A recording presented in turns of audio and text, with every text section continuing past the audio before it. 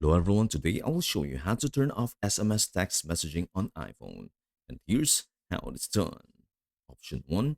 Disable SMS text messaging, green bubbles. Open the Settings app. Scroll down and tap Messages. Find Send as SMS and toggle it off. This stops your iPhone from sending regular SMS when iMessage is unavailable. Option 2.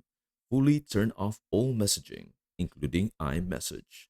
If you want to stop all text messages, SMS plus iMessage, go to Settings, tap Messages, toggle iMessage off, toggle Send as SMS off.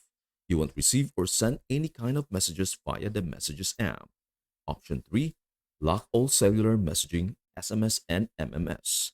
To completely block messaging via your carrier, open Settings, tap Cellular Data Options, tap Voice and Data, and choose data only if available, or turn off cellular data. This stops SMS or MMS but also affects calls and mobile data. And that is everything you know about how to turn off SMS text messaging on iPhone.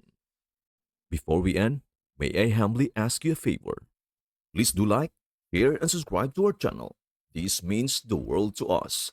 Thank you so much for watching. We hope to see you in our next video.